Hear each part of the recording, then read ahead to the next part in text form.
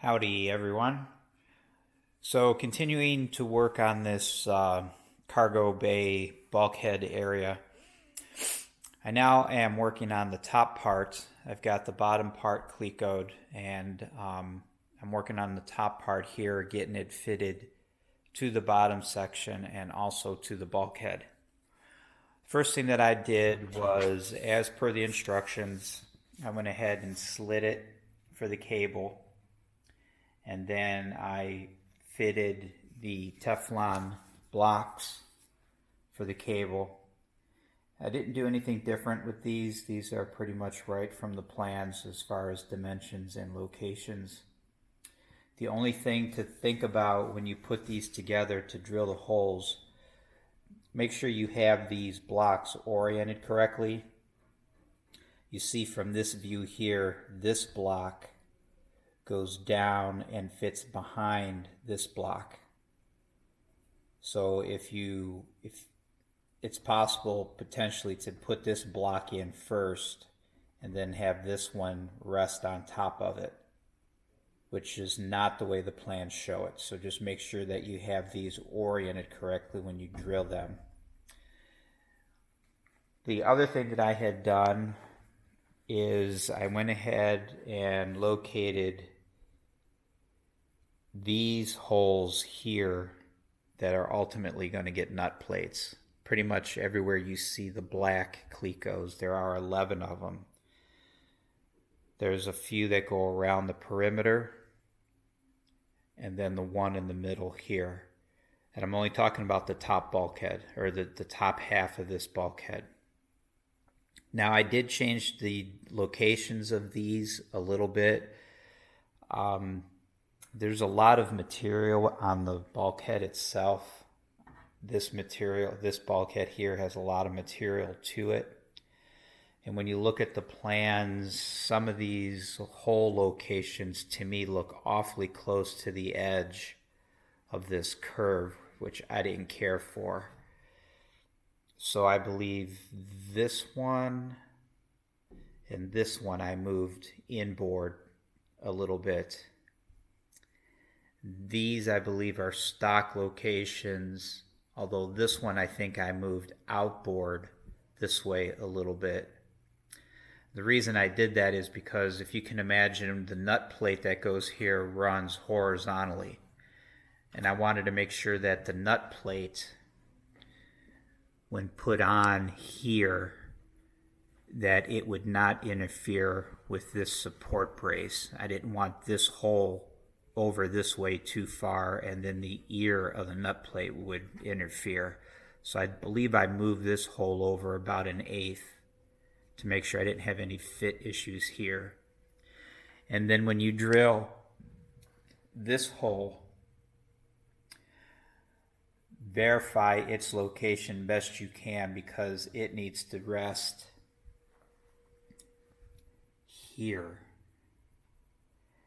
And you don't have a lot of room for error here. If you're too close to the bend, you're going to get screwed, and if you're too close to the edge, you have no edge distance. So this is the most critical drilled hole in this top section of the bulkhead.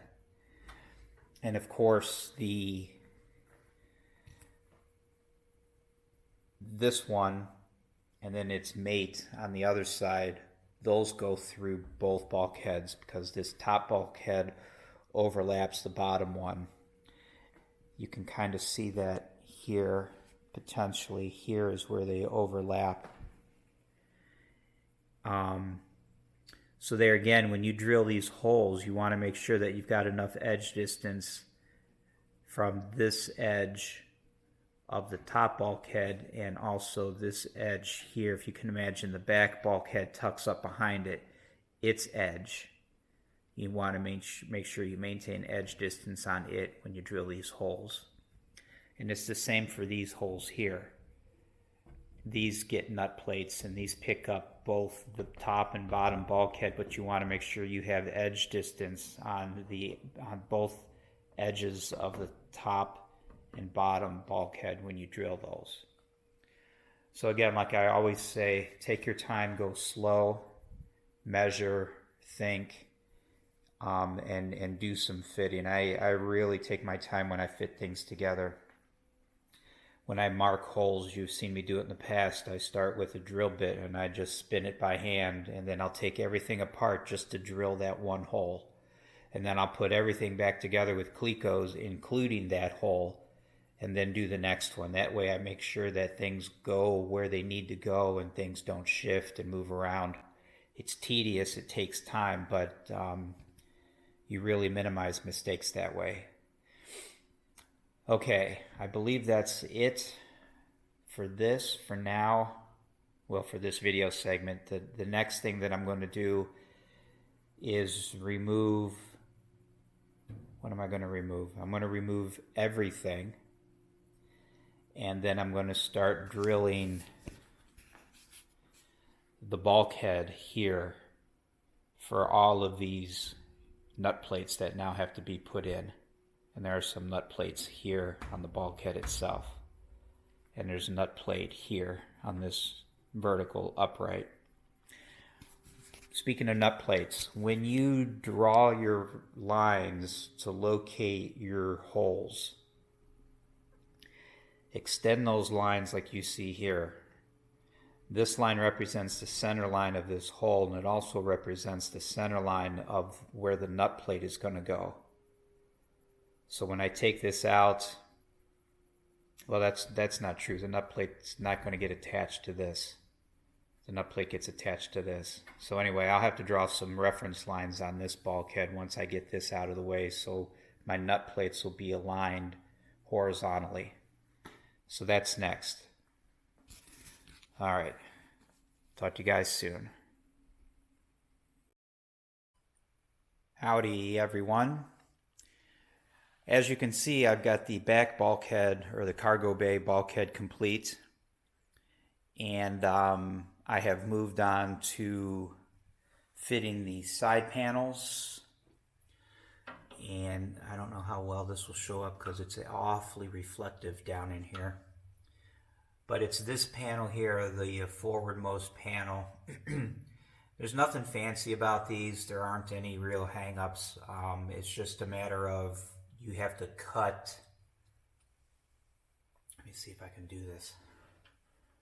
So you have to cut this top part of the panel at an angle. The panel itself comes with that top lip square, and you have to cut it down at an angle. And that's done just like we've done in the past with a lot of other things. And I'll just use like the stiffeners for the fuel tank skins. I believe it was those stiffeners. There were little notches, little like half circle notches provided by Vans, and you would basically just draw a line between those two notches, and then that was your cut line. These side panels are the same way. There are two notches up on top. Draw a line between the two notches, cut that angle, and then you can install the panels. So both panels are in.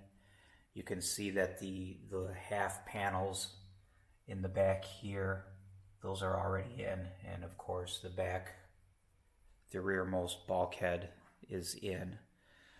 So next for me, according to the plans, is the rear seat floor boards, if you will. And I've got one just laying here now. So there's one just laying in place. But these get the hinge halves drilled, cut, drilled, and riveted on them. There are 3 individual strips of hinge that you use for the seats, and that's what I'm going to be working on next. So I'll get moving on that, and you know, steady as she goes.